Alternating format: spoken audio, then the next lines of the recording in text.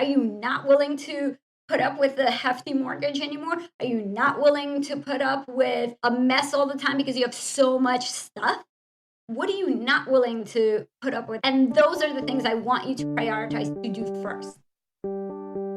Welcome to the Tiny House Lifestyle Podcast, the show where you learn how to plan, build, and live the tiny lifestyle. I'm your host, Ethan Waldman, and this is episode 207 with Sasha Morozov.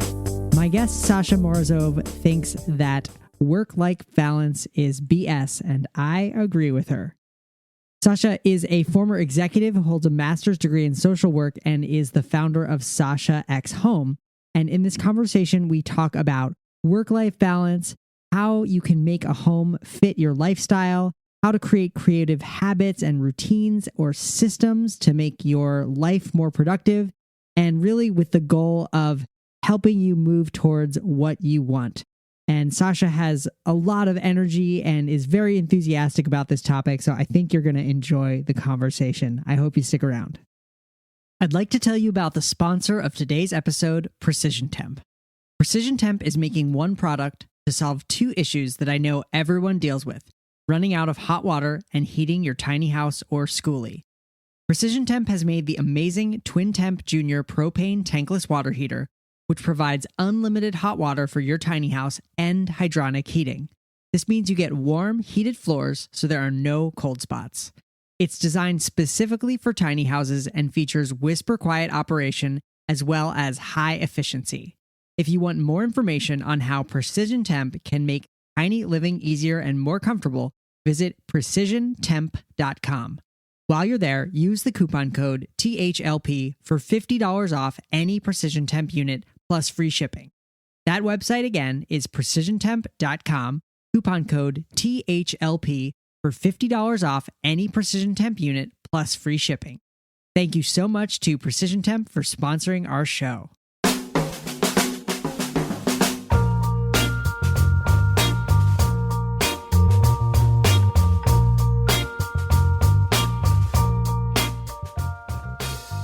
All right, I am here with Sasha Morozov. Sasha is a former executive who holds a master's in social work and is the founder of Sasha X Home.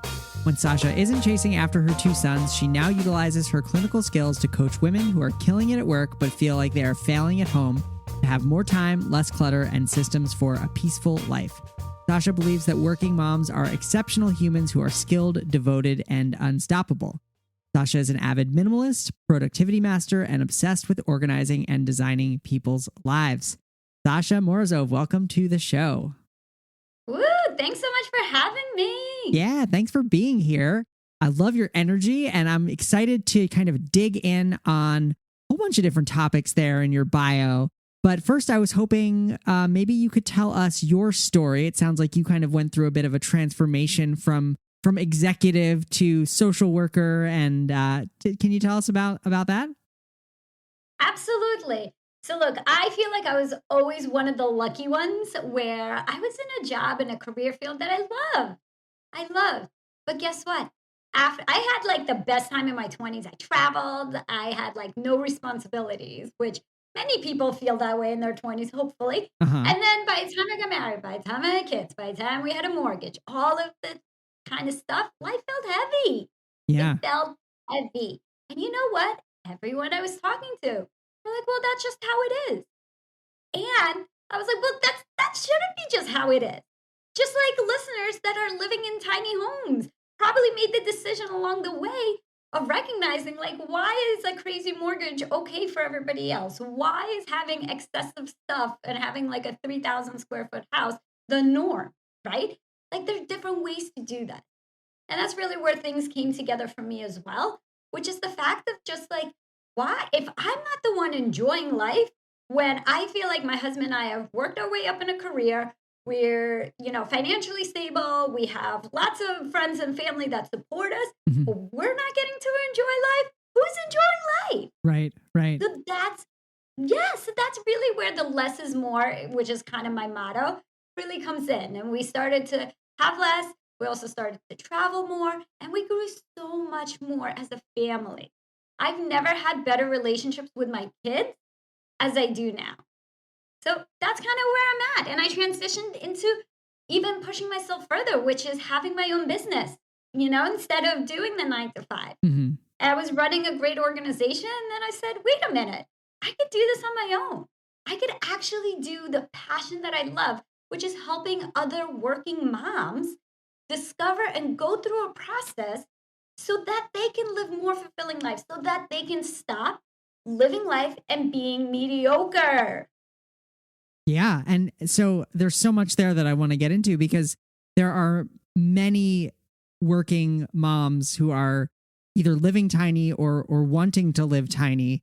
And, you described that feeling of everything being heavy and like having to get out from under the big mortgage and all those things. When you work with people, or when you give people advice, where should they start? Because I know that feeling of overwhelm of like, oh my God, the mortgage is expensive, the house is dirty, I don't want to spend time with my kids, I have to go to work. Like there's so much. So like, where do you find the crack and like kind of expand from there? Absolutely. For anybody starting out, the biggest thing I can recommend is honestly taking a look at your priorities and values. Okay. Mm-hmm. So on the big picture, that seems simple, right? You say, oh, I just want my kids to be healthy. I just want to have a good paying job. No, that's not what I'm saying. I'm saying truly look, what is your priority? If your priority is to travel, if your priority is your kids' education, if your priority is steady income, what is it exactly that's driving you?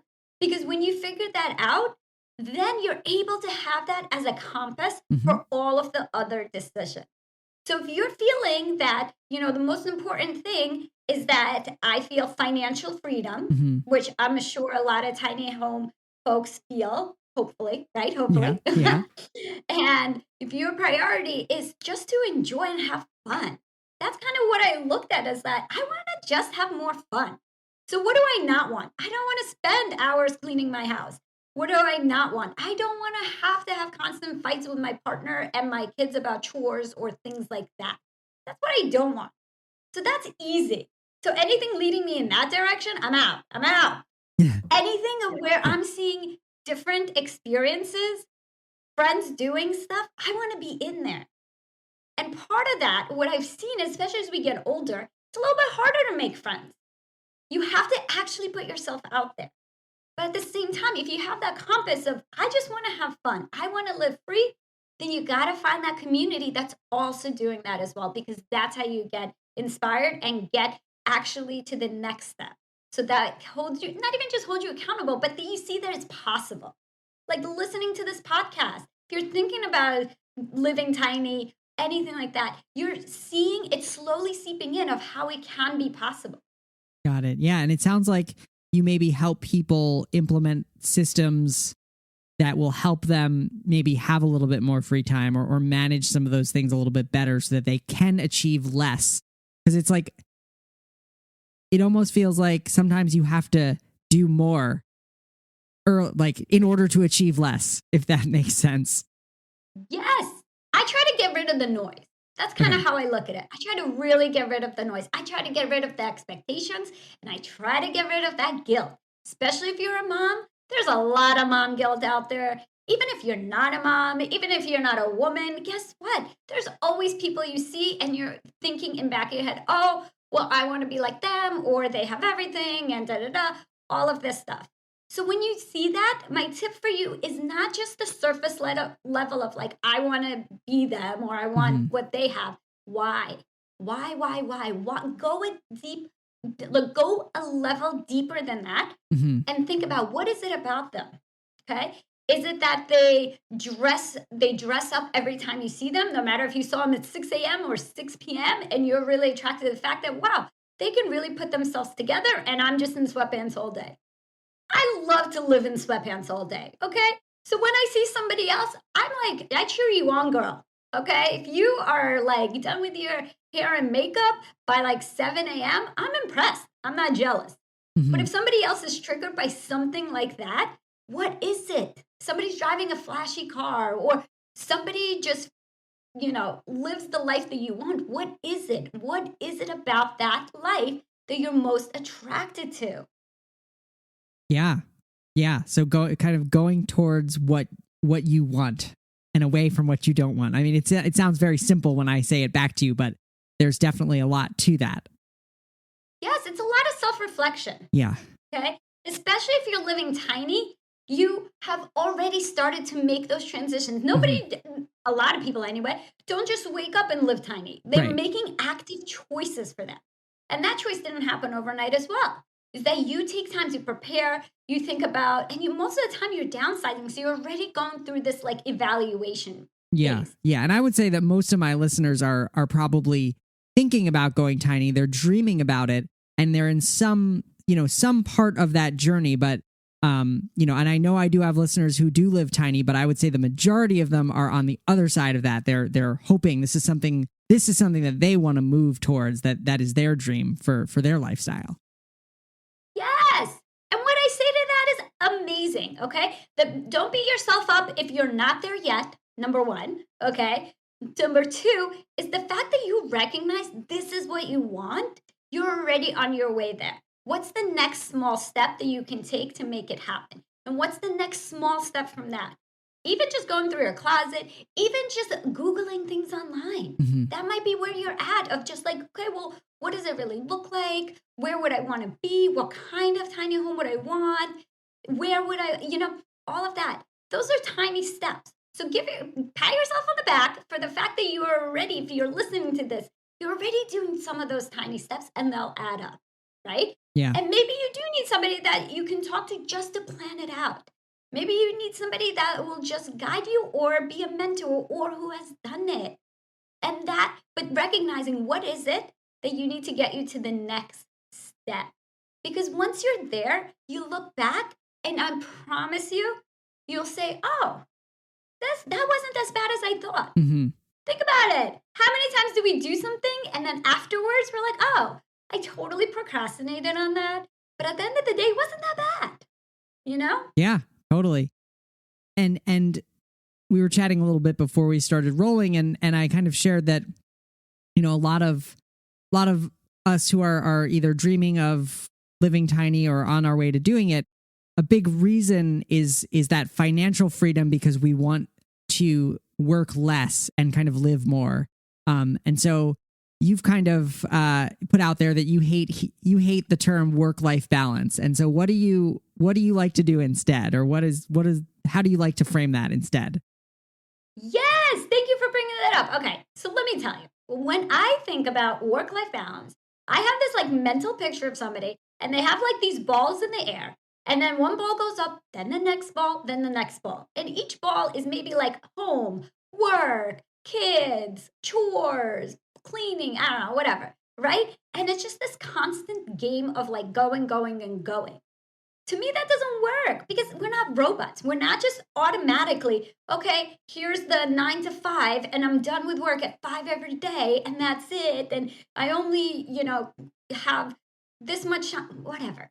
I'm over that, okay? Yeah. Instead, what I try to teach my clients and just anyone else is the fact that I look at it as a pendulum. Okay? Mm-hmm. Because when you think about it, in the fact of that sometimes it'll be in one direction and sometimes it'll be in another, guess what happens? The times where you need to work more because maybe you have a deadline or a client or a boss or whoever, especially if you're trying to build freedom, guess what? You might have to work a little bit more right now, but maybe when that big project is done, you'll have 2 weeks off or whatever kind of line of work that you're in. So instead of saying, oh, I can't work past 5 or I have to make enough time for my family, I look at it as a pendulum where you really just go from one side to the other and you know that eventually it'll even out. So give yourself a break. Stop trying to do everything by how it should be and start doing it by what's in front of you. Especially if you're looking for that financial freedom and you're looking for that time freedom as well. Well, guess what? It might look differently, especially if you're an entrepreneur, if you have a small business. That looks very different than a 9 to 5. Yeah. Or maybe you have a 9 to 5 and you clock out at 5 and you're like, this works for me. Great, if it works for you. But guess what? Sometimes maybe you want to go climb a mountain somewhere, right? That's like a 2-day trip instead. And so what if that's on a Monday? Mm-hmm. Have fun, do it. just know that you're in one direction, and by Tuesday you might need to spend some extra work at work, Right. because you weren't there Monday. Who cares? So what? Live your life. Have fun. Do it your way. Right. So just so I understand, it's like rather than thinking about work all the time when you're at home and thinking about home all the time when you're at work, just kind of be present where you are, put in the work when you're at work, and be home when you're home, and stop trying to like think of both all the time. Not just think of both all the time, but recognize that it's not going to be a perfect, like, this is the time that I'm doing this, and this is the time that I'm doing that. Stop the guilt of like, well, I shouldn't have to work at night and blah, blah, blah, blah, blah. My husband has been working at like during the day and at night because he has lots of projects, whatever, right? And he's not kind of sitting there being like, why do I have to work at night? It's like, this is just what I need to do. This is a time for a bigger project, and I need to be there. So what? Give yourself some break. And guess what? Then that gives us flexibility as a family, because then when we travel, it's so much easier for him to take off because he's already kind of knocked things out ahead of time as well. Got it. Okay. Let's face it. Most tiny house dwellers want their tiny homes to be small, but not uncomfortable. That means reliable, unlimited hot water. Precision Temp's propane-fired hot water heaters reliably provide unlimited hot water, and they're specifically designed with tiny homes in mind. In fact, the NSP 550 model was installed in my own tiny home, and the reason I chose it was because it did not require a large hole in the side of my home like other RV hot water heaters. Instead, it mounts discreetly through the floor of the tiny house and works quietly and reliably.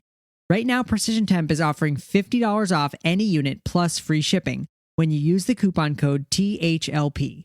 So head over to precisiontemp.com and use the coupon code THLP at checkout. So how do you, we're talking a lot about what I consider to be like lifestyle design. And I was kind of introduced to that concept a million years ago when Tim Ferriss wrote the 4-Hour Workweek. That's kind of got me onto lifestyle design. How do you define lifestyle design? What's your kind of personal take on that? I can tell you, I definitely have the 4-hour work. It's a classic tone. I mean, how do you not? Right? Yeah. How do you not? I'll tell you, for me, I'm in a different stage of life. Like, I have kids, right? Yeah. So while in my 20s, I was like traveling, living abroad, like doing my thing, enjoying life. That's what you should be doing. And now I'm in a different stage of life. But guess what? I'm setting my life up for the way that works best for me and my family. I'm not just putting travel on hold because I have kids. Instead, we're trying to design our lives around the fact of that we're going to stay put during the school year, but we're going to do a month in the winter and 3 months in the summer abroad. Because that works for us. Mm-hmm. Why? Because we're still us. We still enjoy travel. We're still trying to live our lives and not wait till the kids are in college to try to do something for ourselves. Right. Okay?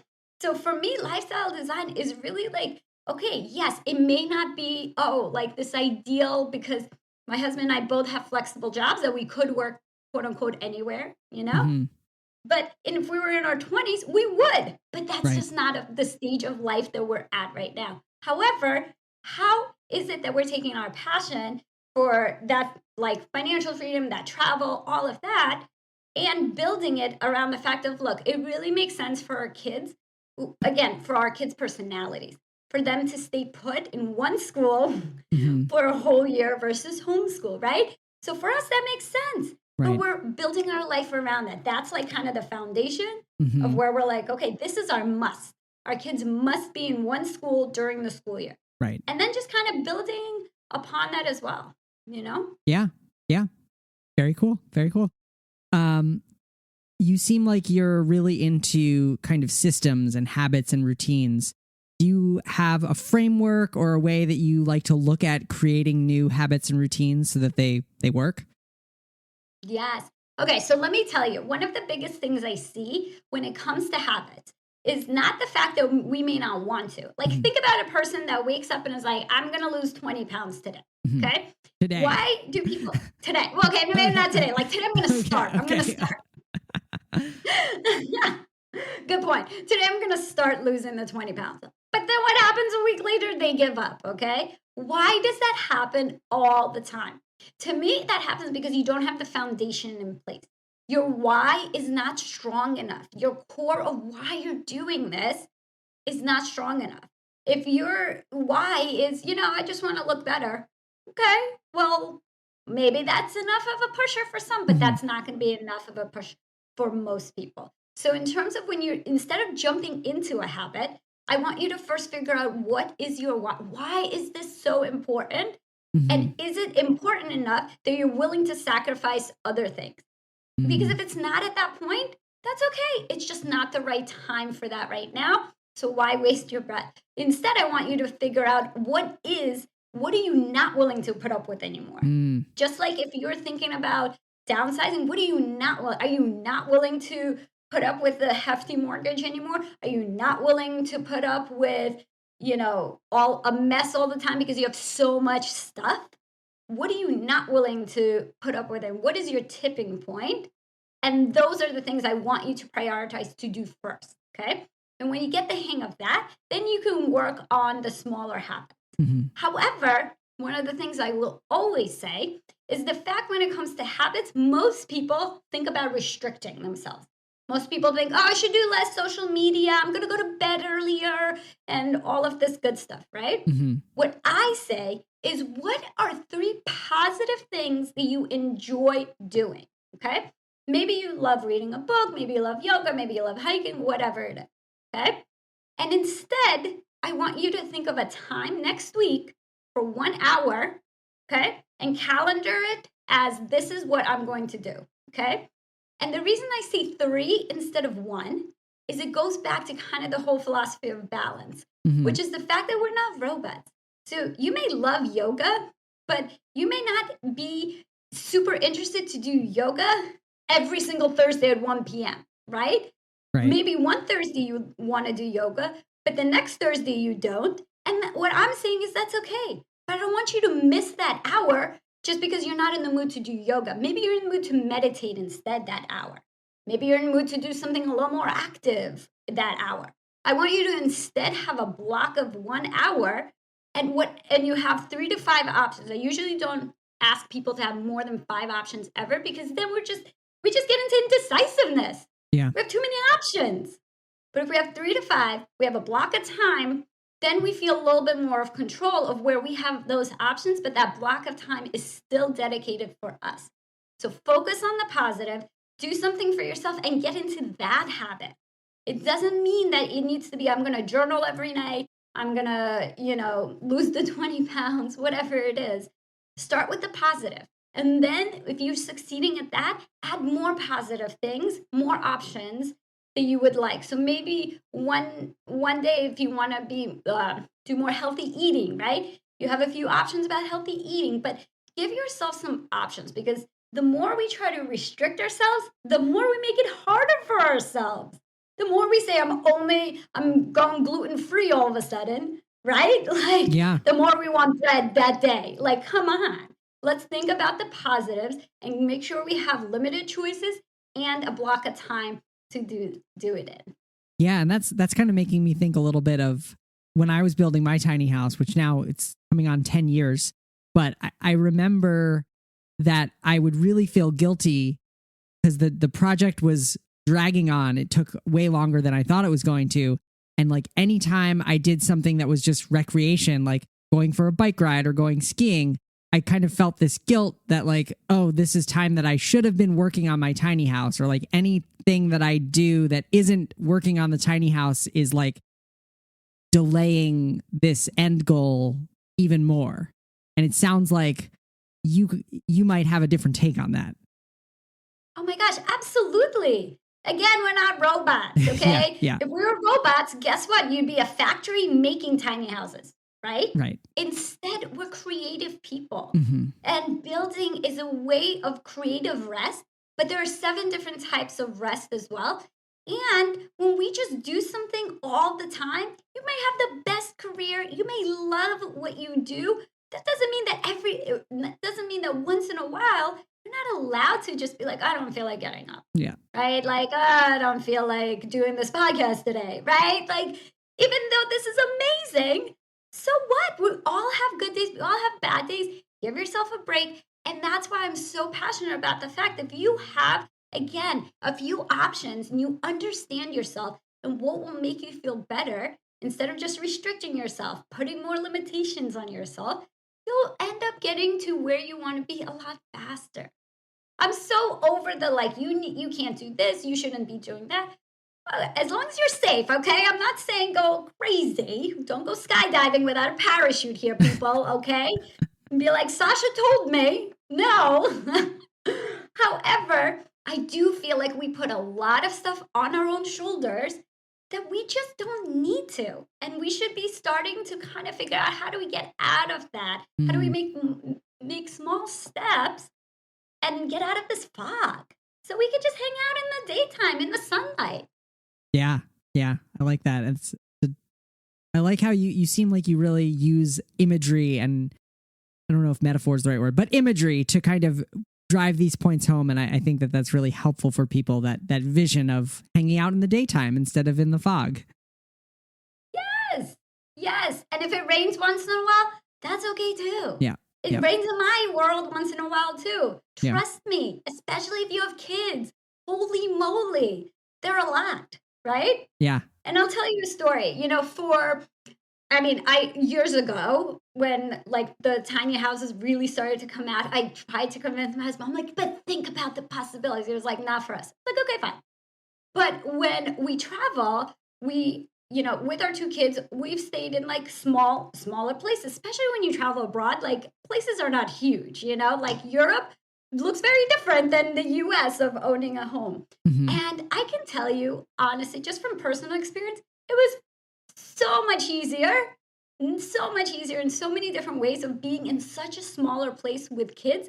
Even though I swore, I was like, no, my kids, there's no way they'd ever make it without toys. They'll just be on the screens all day. We just have these made up things in our minds.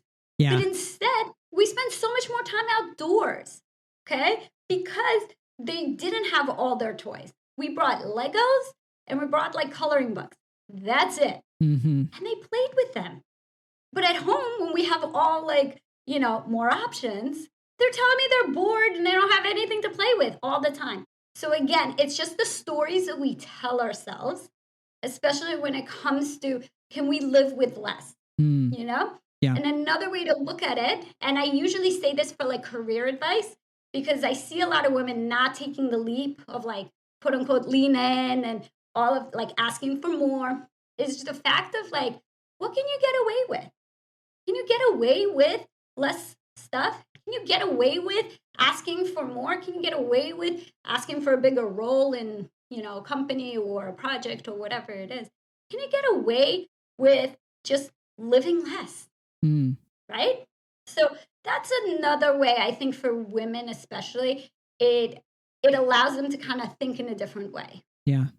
Well, that's actually a great transition into minimalism, because you've been, talking about how, it can be really difficult, to do this work and to kind of maintain this and have family. So can you talk about, productivity and minimalism with a family? Yes.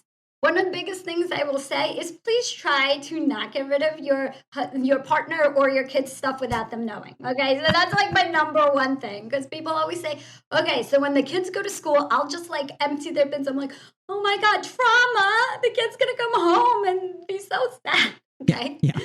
Also is understanding personality. Okay, so when you're working in a home, living in a home with other people, other people's personalities come in. So what I mean is that in clinical work, in therapy world, we have these like stages of change, okay? Mm-hmm. Meaning like we kind of gauge where the person's at.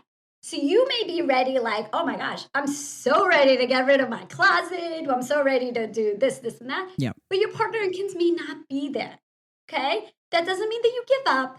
That doesn't mean that you just forget about it.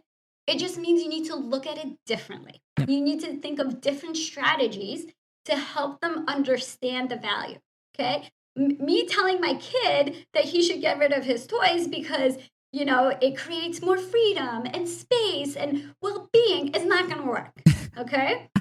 No, It's just I not. don't think so. But again, the education part can look different, like Yeah. watching videos. So, hey, what could we use that space for instead? How could we do fun things? Like, you know what I'm saying? Like, oh, we can play basketball then in this space because we're now going to have all this space because we got rid of XYZ, right? Like, oh, it's so much easier to find your stuff. Like, again, it's just communicating the way that people are able to hear it. So that's number 2. 1, don't get rid of people's stuff without them knowing. 2, communicate in a way that they can hear you.